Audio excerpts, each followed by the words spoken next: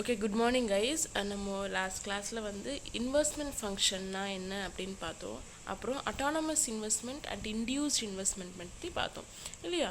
So investment ஃபங்க்ஷன்னா என்ன படித்தோம், எதை ரெஃபர் பண்ணுது, இன்வெஸ்ட்மெண்ட் அண்ட் இன்ட்ரெஸ்ட் ரேட் அதோட ரிலேஷன்ஷிப் ரெஃபர் பண்ணுது. So investment and interest relationship எப்படி இருக்கும்னு படித்தோம். அது இன்வெர்ஸாக இருக்கும் அப்படின்னு படித்தோம் இல்லையா? ஸோ இன்வெர்ஸ்னால் என்ன? ஸோ ஒன்று இன்க்ரீஸ் ஆச்சுன்னா இன்னொரு ஃபேக்டர் என்ன ஆகும், டிக்ரீஸ் ஆகும். So that is investment function. And coming to autonomous investment and induced investment. So autonomous completely independent. அது நேஷனல் இன்கமில் மேலே டிபெண்ட் ஆகாது.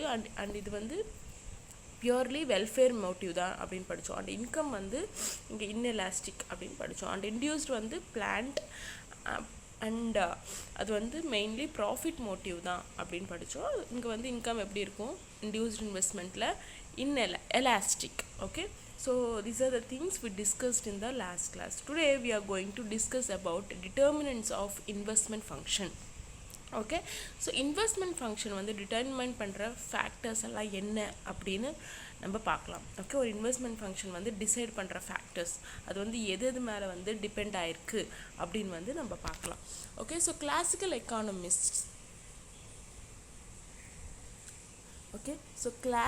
Economist believed that investment dependent exclusively on rate of interest அப்படின்னு சொல்கிறாங்க. Okay, so exclusively அப்படின்னு என்ன அப்படின்னு பார்த்தீங்கன்னா, so classical economies என்ன பண்ணியிருக்காங்க, அவங்க அவங்க நம்புகிறாங்கன்னா, ஸோ நம்ம இன்வெஸ்ட்மெண்ட் அப்படிங்கிற ஒரு ஃபேக்டர் இன்ட்ரெஸ்ட் ரேட் அந்த ஒரு ஃபேக்டர் பேஸ் பண்ணி மட்டும்தான் இன்வெஸ்ட்மெண்ட் இருக்கும். ஓகே, எக்ஸ்க்ளூசிவ்லாம் so only on. Okay, so it is depending only on interest rate அப்படின்னு கிளாசிக்கல் எக்கானமிஸ் பிலீவ் பண்ணியிருக்காங்க.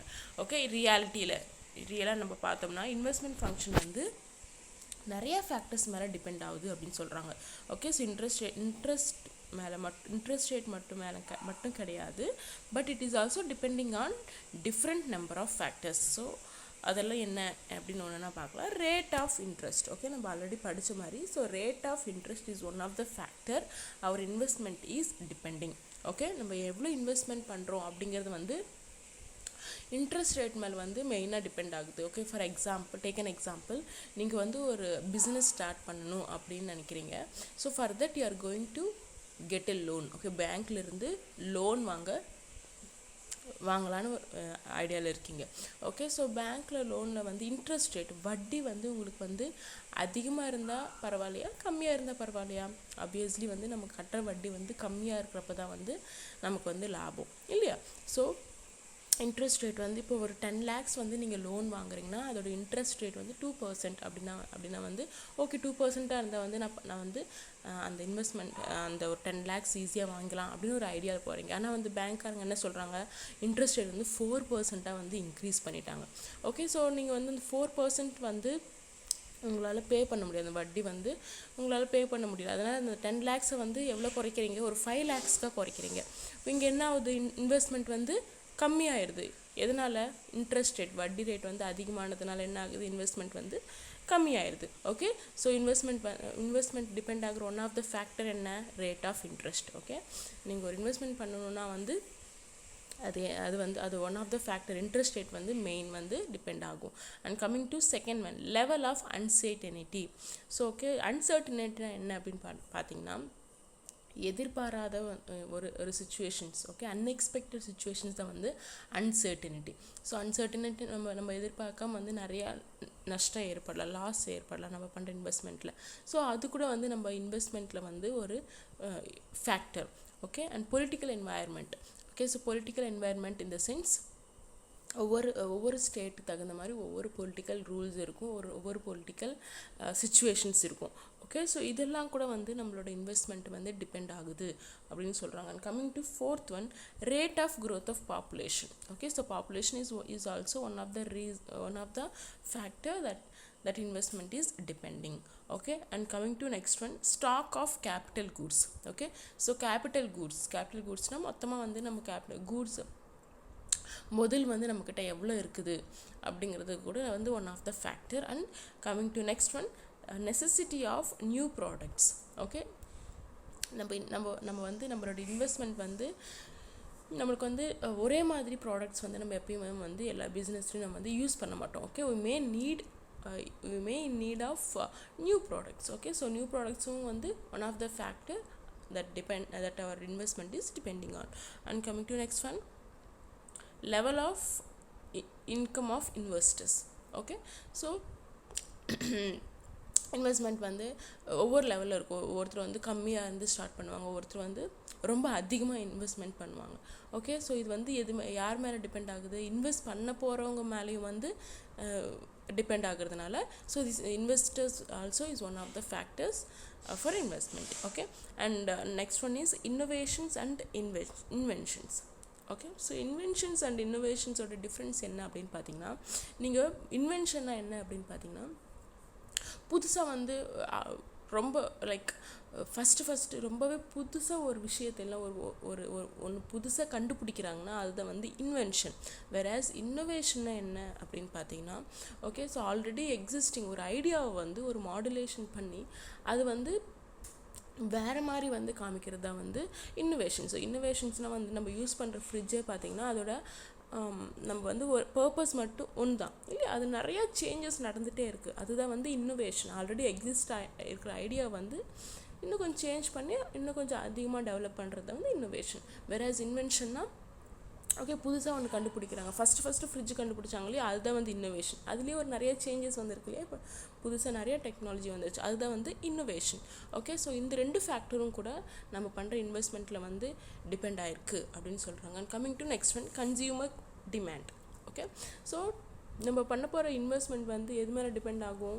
நம்ம வந்து ஒரு தொழில் பண்ணுறோன்னா வந்து அது வந்து பீப்புளுக்கு வந்து யூஸ் ஆகுற மாதிரி இருந்தால் மட்டும்தான் வந்து நம்ம அதை வந்து டிமாண்ட் இருந்துச்சுன்னா மட்டும்தான் நம்ம வந்து அது இன்வெஸ்ட்மெண்ட் பண்ணுவோம் இல்லையா, otherwise we won't invest, right? Okay, so consumer demand is also one of the factor that determine our investment. And coming to next one, policy of state. So different state have different policies. Okay, so that's why policy is also one of the factor that determine our investment. And coming to availability of capital, so already நம்மக்கிட்ட வந்து எவ்வளோ வந்து ஒரு முதல் இருக்குது, எவ்வளோ அவைலபிளாக இருக்குது அப்படிங்கிறது கூட one of the factor. And liquid assets of investors. Liquid அசட்ஸ்னால் கேஷ் இன் ஹேண்ட். ஓகே, ரெடியாக நம்ம வந்து பணத்தை யூஸ் பண்ண முடியும்னா அதுதான் வந்து லிக்விட் கேஷ். ஓகே, ஸோ அந்த லிக்விட் கேஷும் வந்து one of the factor that determining our investment. Okay, and so however Keynes contended that business expectations and profits are more important in deciding investment. Okay, ஒரு பிஸ்னஸோட expectations நம்ம வந்து ஒரு business start பண்ணுறோன்னா அதில் வந்து நம்மளுக்கு நிறைய எதிர்பார்ப்புகள் இருக்கும். ஓகே இல்லையா, என்னென்ன அது வந்து ப்ராஃபிட்டாக இருக்கலாம், இல்லை வந்து ஒரு வெல்ஃபேராக இருக்கலாம், இல்லை ஒரு ஃபேமிலி வெல்ஃபேராக இருக்கலாம். ஓகே, ஸோ இது ரெண்டு ஃபேக்டர் வந்து ரொம்பவே வந்து நம்ம நம்ம பண்ண போகிற இன்வெஸ்ட்மெண்ட்டோக்கு வந்து ரொம்பவே இம்பார்ட்டன்ட் ஃபேக்டர் அப்படின்னு சொல்கிறாங்க. And he also pointed out that investment depends on marginal efficiency of capital and rate of interest. Okay, so the marginal efficiency of capital என்னன்னு பார்க்கலாம். Okay, ஸோ அதுக்கு முன்னாடி private investment is an increase in the capital stock such as buying a factory or machine அப்படின்னு சொல்கிறாங்க. So private machine வந்து private investment வந்து எப்போ increase ஆகும் அப்படின்னு பார்த்தீங்கன்னா, நம்ம புதுசாக நம்ம ஆல்ரெடி நம்ம வச்சுருக்கிறத தவிர நம்ம புதுசாக ஒரு மெஷின் வாங்குகிறோம், ஒரு புதுசாக ஒன்று வாங்குகிறோம் அப்படின்னா வந்து அதுதான் வந்து நம்மளோட முதலுக்கு வந்து நம்ம ஒரு அடிஷ்னல் ஆட் பண்ணுற income. Okay, and coming to what is marginal efficiency. So marginal efficiency என்ன அப்படின்னு பார்த்தீங்கன்னா, okay, so the rate of return on an investment project. Okay, so specifically it refers to annual percentage yield earned by the last additional unit of capital. Okay, நீங்கள் வந்து ஒரு 10 தறி போட்டு வந்து நீங்கள் தொழில் பண்ணுறீங்கன்னா ஓகே அதில் உங்களுக்கு ஒரு வருமானம் வரும், ஒரு இன்கம் வரும். ஓகே, அதே வந்து நீங்கள் ஒரு அடிஷ்னலாக ஒரு எக்ஸ்ட்ரா தறி போட்டிங்கன்னா என்ன ஆகும், நமக்கு அடிஷ்னலாக நம்மளோட ஈல்டிங்னா நம்மளோட அவுட்புட், நம்மளோட ப்ராஃபிட் ஏதாவது இருக்கட்டும், அது வந்து என்ன ஆகும், எப்பயுமே வந்து உங்களுக்கு வந்து ஒரு 50,000 வந்து உங்களுக்கு இன்கம் வருது, 10 தறியில் ஒரு 50,000 வருதுன்னா அடிஷ்னலாக ஒன்று போட்ட பிறகு ஒரு எக்ஸ்ட்ரா ஒன்று போட்ட பிறகு என்ன ஆகும், ஒரு அடிஷ்னலாக ஒரு இன்னொரு 5,000 ஒரு 10,000 வந்து உங்களுக்கு அடிஷ்னல் இன்கம் வரும். அந்த 5,000 10,000 தான் வந்து marginal efficiency capital. Okay, extra நம்ம ஒரு யூனிட் ஆட் பண்ண பிறகு வர எக்ஸ்ட்ரா இன்கம் அதுதான் வந்து marginal efficiency of capital.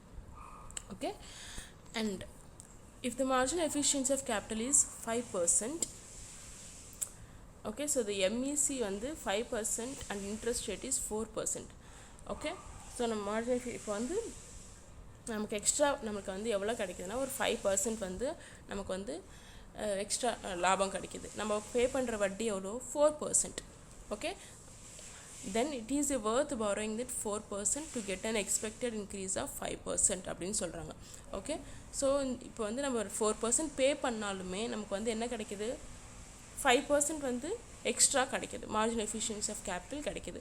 So அதனால் இந்த 4% வந்து பே பண்ணுறது இல்லைனா வந்து அது வந்து worth தான் அப்படின்னு சொல்கிறாங்க. ஓகே, ஓகே, எப்பவுமே இன்ட்ரெஸ்ட் ரேட் எப்படி இருக்கணும், கொஞ்சம் கம்மியாக இருக்கணும் when compared to marginal efficiency of capital. So இது கம்மியாக இருக்கிறப்ப தான் நமக்கு வந்து என்ன நமக்கு ப்ராஃபிட் கிடைக்கிது அப்படிங்கிற ஒரு மீனிங். ஓகே, இது அதிகமாக இருந்துச்சுன்னா ஓகே, ஸோ இங்கே 5% இருந்து இங்கே 4% இருந்துச்சுன்னா என்னாகும் நமக்கு லாஸ் தான், நம்ம தான் அதிகமாக பே பண்ணிகிட்ருக்கோம். Okay, so that is the meaning.